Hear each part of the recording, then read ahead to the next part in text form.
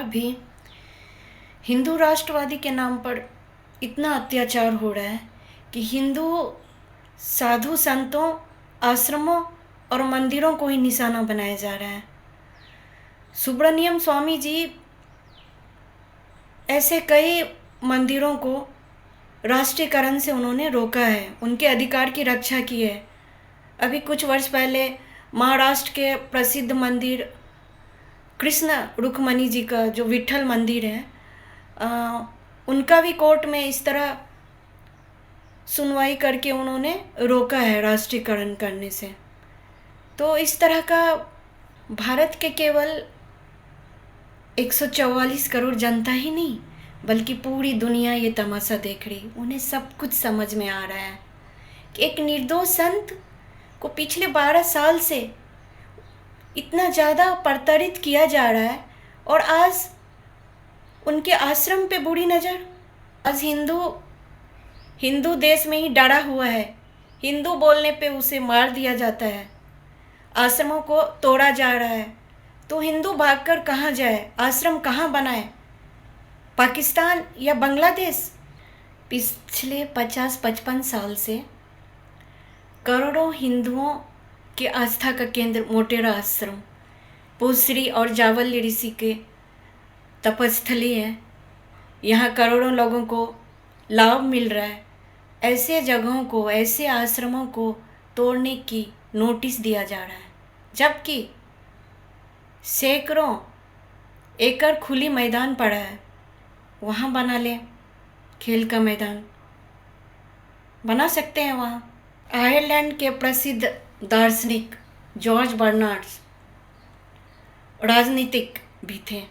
वो लिखते हैं कि क्रिकेट और कुछ नहीं, 11 मूर्खों खिलाड़ी द्वारा खेलने वाला और 11,000 मूर्खों दर्शक द्वारा देखने वाला एक खेल है और कुछ नहीं। हालांकि अभी आंकड़ा बढ़ गया। तो देखिए, जब क्रिकेट की टीम हारती है, मान लीजिए भारत की टीम हारती है तो बोलेंगे भारत हार गया।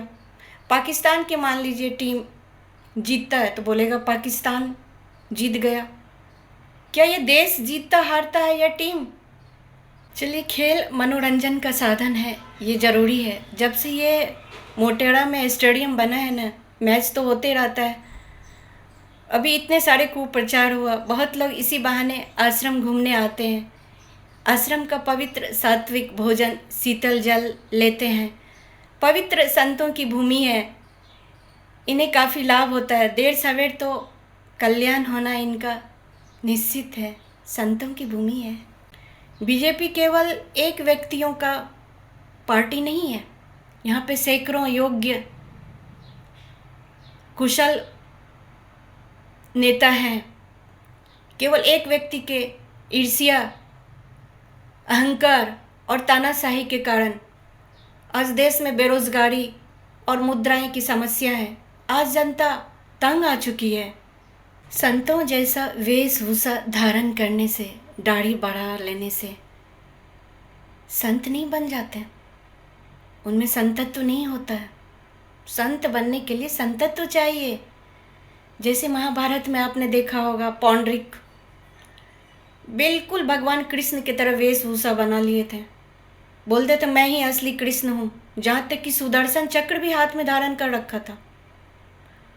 मैं असली कृष्ण हूँ और वो नकली छलिया यादव पूरे जनता को पीड़ित कर रखा था।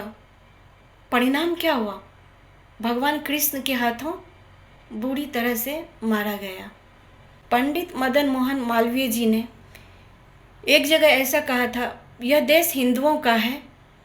जो शासक हिंदू के हिंदुत्व की रक्षा कर सकते हैं वही शासन कर सकता है। बाकी जो हिंदुओं के आस्था के खिलाफ रहेंगे वो उखाड़ के फेंक दिए जाएंगे। सरकार जो देश चला रही है वो संतों का ही सूझबूझ, उनका ज्ञान और आशीर्वाद ही है। आज आश्रम को तोड़ने के लिए नोटिस दिया जा रहा है।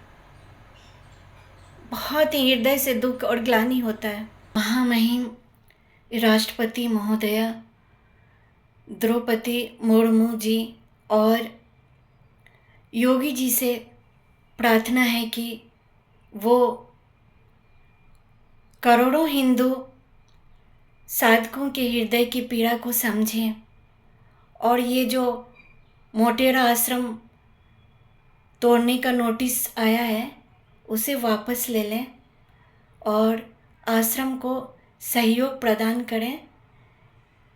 इसी में जनता का और देश का, राष्ट्र का हित है।